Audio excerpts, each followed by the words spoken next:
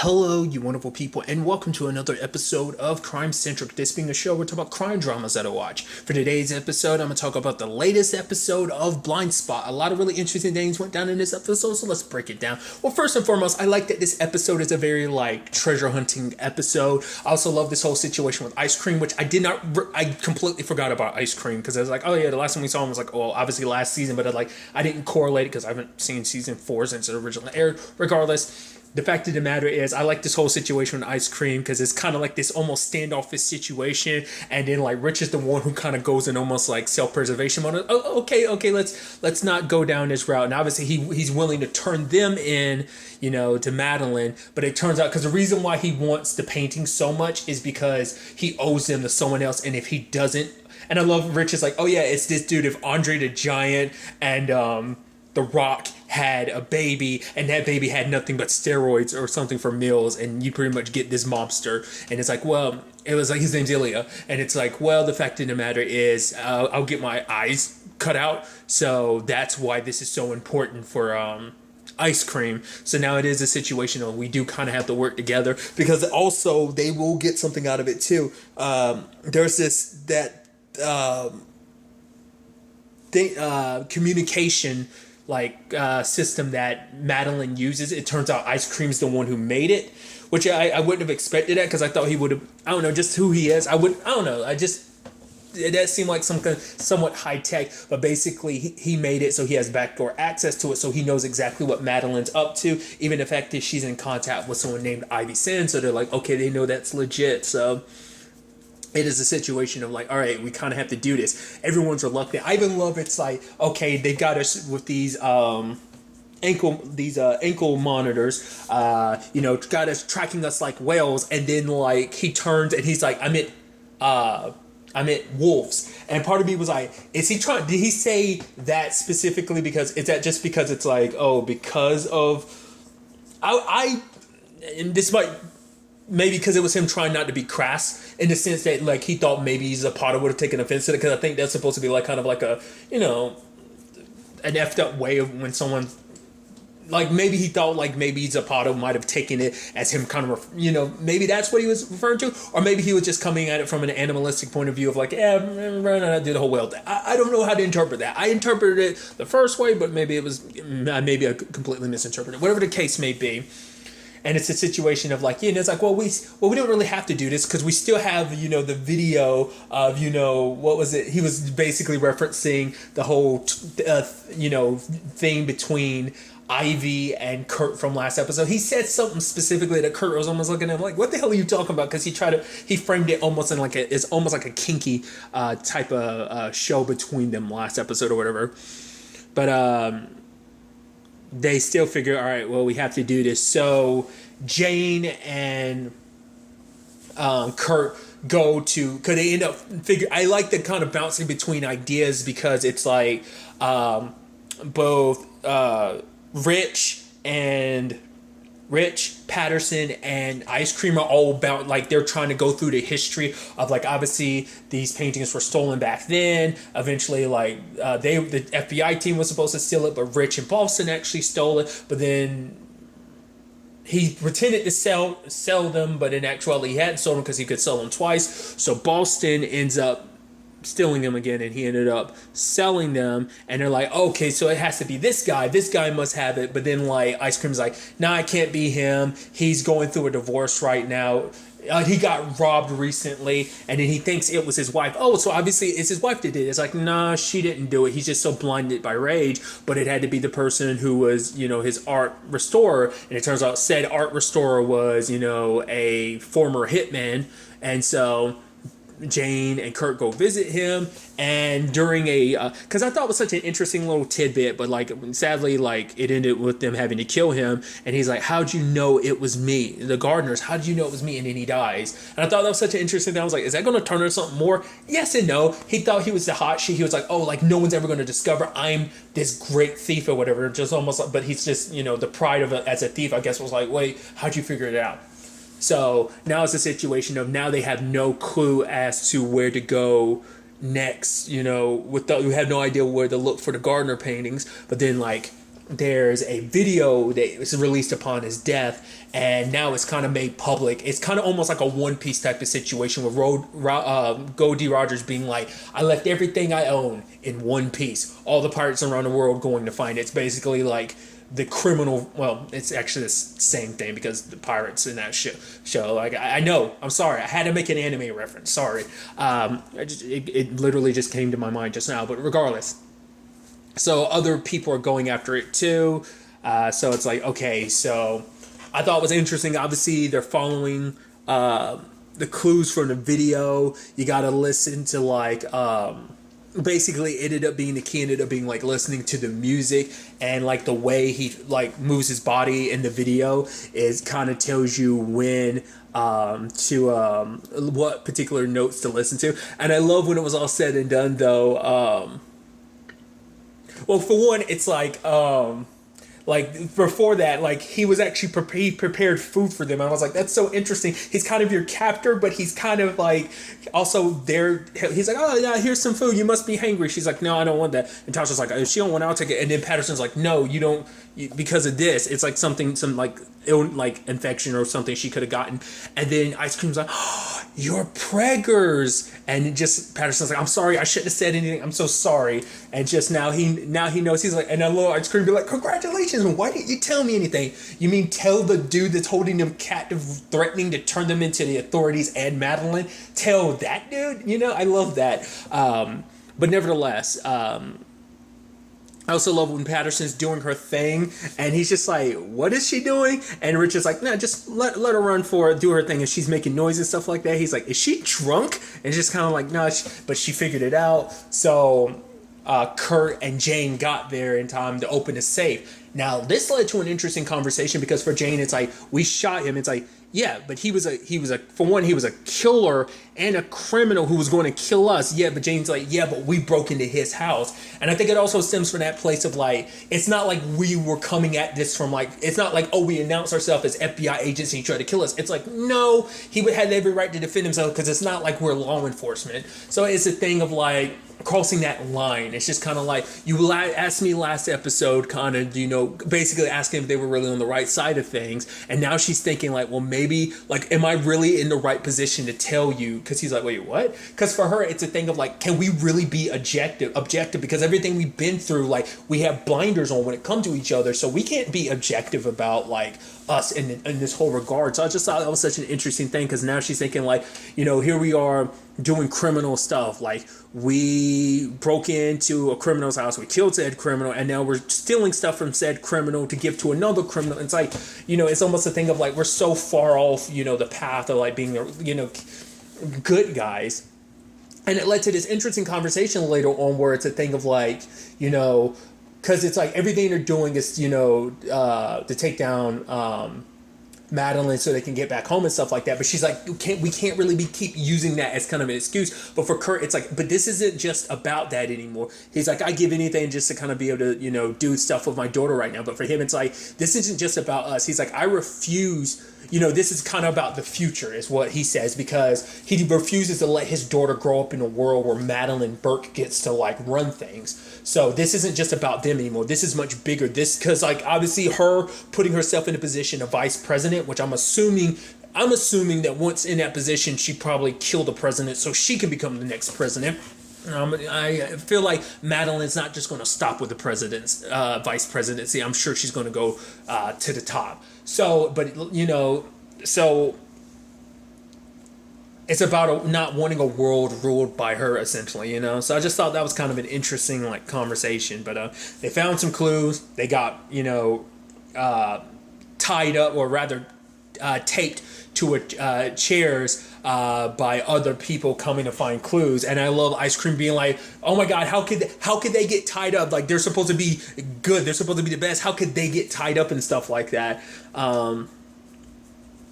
So it's just an interesting thing. Obviously there's the clues inside the safe they end up eventually finding, and obviously like Patterson's kind of a little like not herself. And even like Rich kind of picks up on it. He's like, you haven't really been yourself since Zapata, you know, it got revealed that she's pregnant. She's like, yeah, I'm just, you know, but then like he starts going a little like psychoanalyzes her, and he's like, the fact of the matter is, I think he kind of going a little overprotective. You know, it's like he's like, what I think this stems from is the fact of the matter is you couldn't protect your own family, so this baby is kind of a surrogate of like, I couldn't protect my own family, but I can't protect this baby. And she's like, what? You're way all base here. She's like, the fact of the matter is you can keep all that Freud stuff to you. He's like, oh, no, I get it. He's like, you know, just trying to help. So, but I just thought that was kind of a fascinating thing. But it's like, now with all that, there was a situation and they like ended up putting the painting's name into like a search bar on the website. They got a whole bunch of equations, and it's like, oh, this is going to take forever. So everyone had to divide up the work to kind of do it. And I love the whole situation where it's like, all right, and you know, Patterson had been like, show your work so I can make sure it's correct. And you have Ice Cream be like, oh yeah, give it to so and so. He's got a PhD in physics. And she's like, okay. Even I'm like, oh. And he's like, yeah, honestly, this line of work, this criminal work, pays more than academia.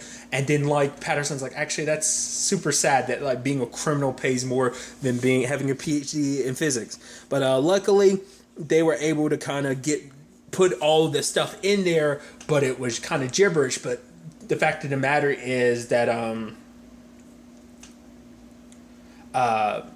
Ice Cream suggested, hey, why don't we put it through a CAD, like a system, and they did, and ended up revealing where they needed to go. It's a monastery in Ireland, but like Patterson, Rich and Patterson have to be the one to go because Jane and Kurt are too far away at this point in time. It's like, but there's no other planes. It's like, and Tasha's like, well, you get a plane. He's like, I already got you one. It's like, well, the fact of the matter is, you want to act like you're so rich and powerful, then, you know, get us another one. And he's like, and Rich is like, you said that you were the rich.com of Europe. And he was like, more like you're the Ice Cream of the Americas. He's like, give me 40 minutes. They show up at the monastery and everything. So that's interesting.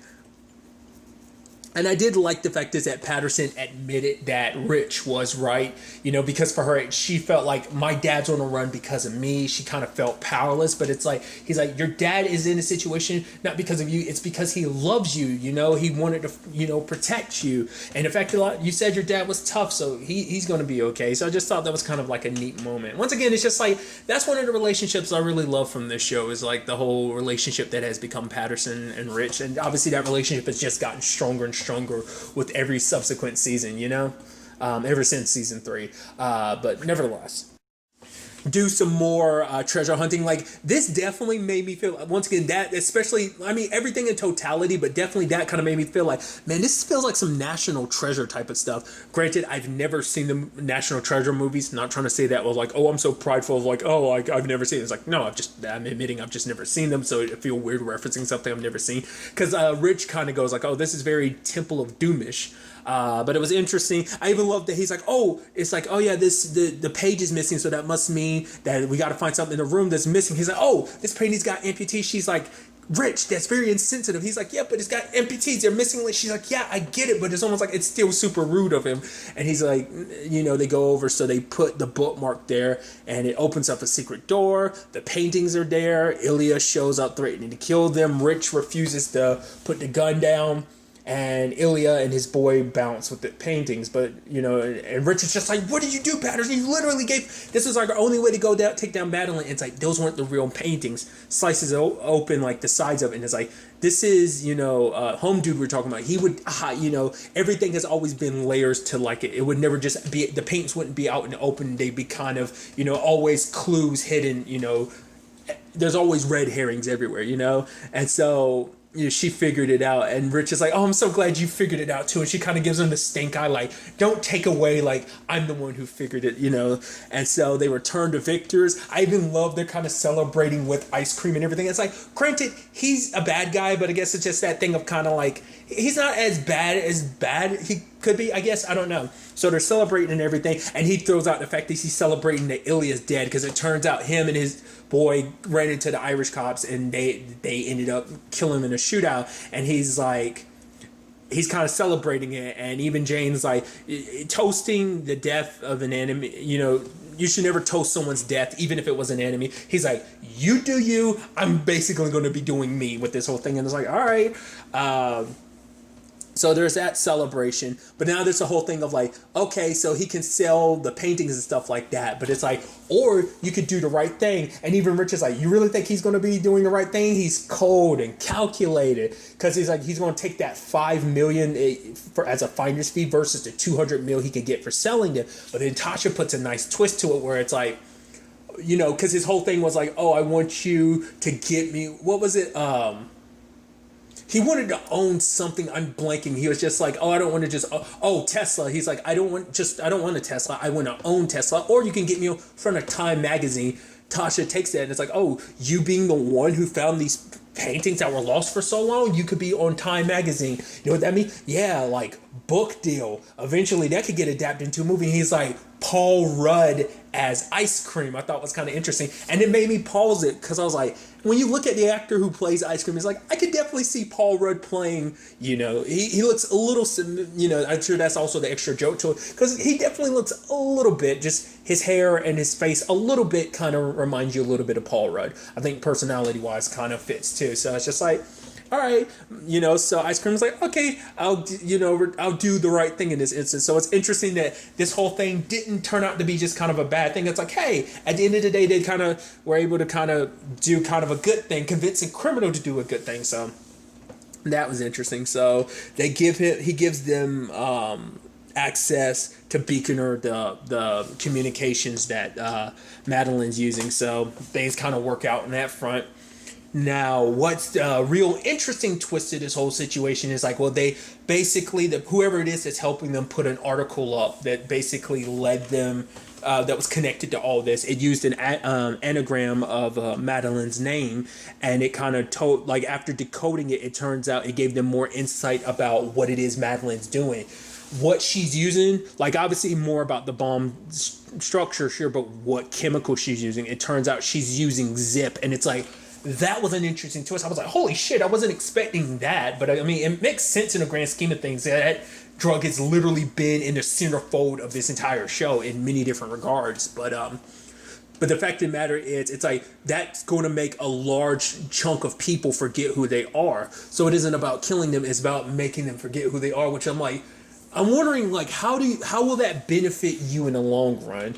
Like, that's what I was, like I said, I thought she was creating like some national disaster so she can come out looking like the hero, but it's like, why would, like, well, to be fair, she talks about the fact is that her father or grandfather, whoever, had a plan that kind of got shut down, like, for the country. So it's like, you're going to make these people forget everything that was this country, and then you as its leader is going to rebuild it, you know? So it's similar to, I guess, a tiny bit to a certain extent, like, because once again, I brought this up before, Sandstorm's whole plan was about rebuilding the country with new people. So I guess, like, Madeleine is like, instead of, I'm doing the inverse where I'm going to be the one in control and everyone else is going to be new because I'm going to wipe their memories of everything that they known. So I think that's her plan, I'm assuming.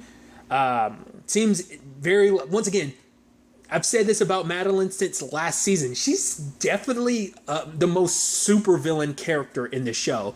Like, there's been, like, organizations like Sandstorm and Crawford, sure, but, like, she's the most supervillain, like, character in the show, I feel like. Not that's a bad thing or anything. I just, like, I feel like she's just definitely the most supervillain of everybody. Speaking of Madeleine, we have the other side of things with Weitz. It turns out her lawyer, Shirley, is there because Madeleine's off in DC handling stuff. So it's like, okay, we need you to take down Shaw. You kind of have to do it now in the next 24 hours. It's like, either you do that or you end up like Brianna. He's like, right, that promise and everything. Okay. I even love that Shirley's trying to be imposing and stuff like that. And he slams his head and knocks down a cup of coffee. I'm like, we kind of got like the, you know, Weitz was kind of in that same way. He was so imposing when we first met him and stuff like that. He was a D-bag. Still is a D-bag, douchebag tendencies. But he's such a goofball now, especially because, you know, ever since he took over the FBI, he's definitely been more and more of a goofball. So it's just interesting to see Shirley, who kind of has those moments too, who can also be very menacing. But sadly, you know, Weitz goes to Afrin and is like, oh, do this thing for me. Oh, this is about helping the team, blah, blah, blah, blah. I'm like, oh, you're lying to her.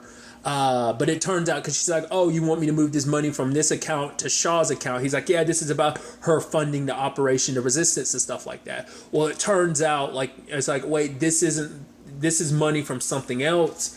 And he ends up, she's like, you've lied to me once, don't lie to me again. He's like, fine, this is what's happening. She's like, wait, you're going to do that? Like, no matter what Madeleine's threatening you with, you can't really seriously be doing this. And he's just like, she's like, if you have any bit of a soul, you won't let this happen.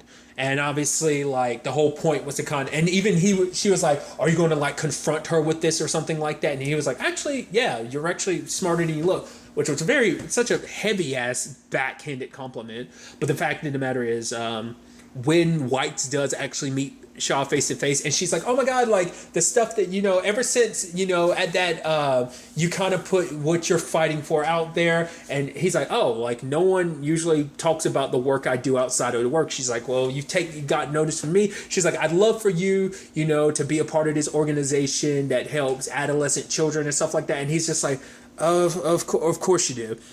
And just because and it's like, the more she talks about him, bigs him up, he's like, no, I'm not that great of a guy. She's like, oh, so humble too. He's feeling worse and worse about it. So it's like, he was supposed to do the background check on her, for the presidency, like, or at least being on a short list for it. But he's like, yeah, you made it, you're great, so I'm going to bring the forms for you to sign and everything, because he didn't want to blackmail her and stuff like that. Sadly, it turns out she ends up dying later on, and I was like, oh man, did they kill her or what? Turns out her husband killed her, because Shirley leaked the stuff in the press, and it seemed like she was having an affair. Her husband snapped and killed her, and it's just like, Shirley's like, oh, I didn't kill her, Madeleine didn't kill her, like, her husband did. It's like, we just wanted to kind of ruin her reputation doing what we did, but we never expected her husband to kind of snap the way he did. So, and now Weitz feels even more guilty. It's like, because he knows how much of a good person she was. And it's like, regardless, because that's always his problem. Self-preservation has always been why things have gotten worse and worse. Because his refusal to ever just let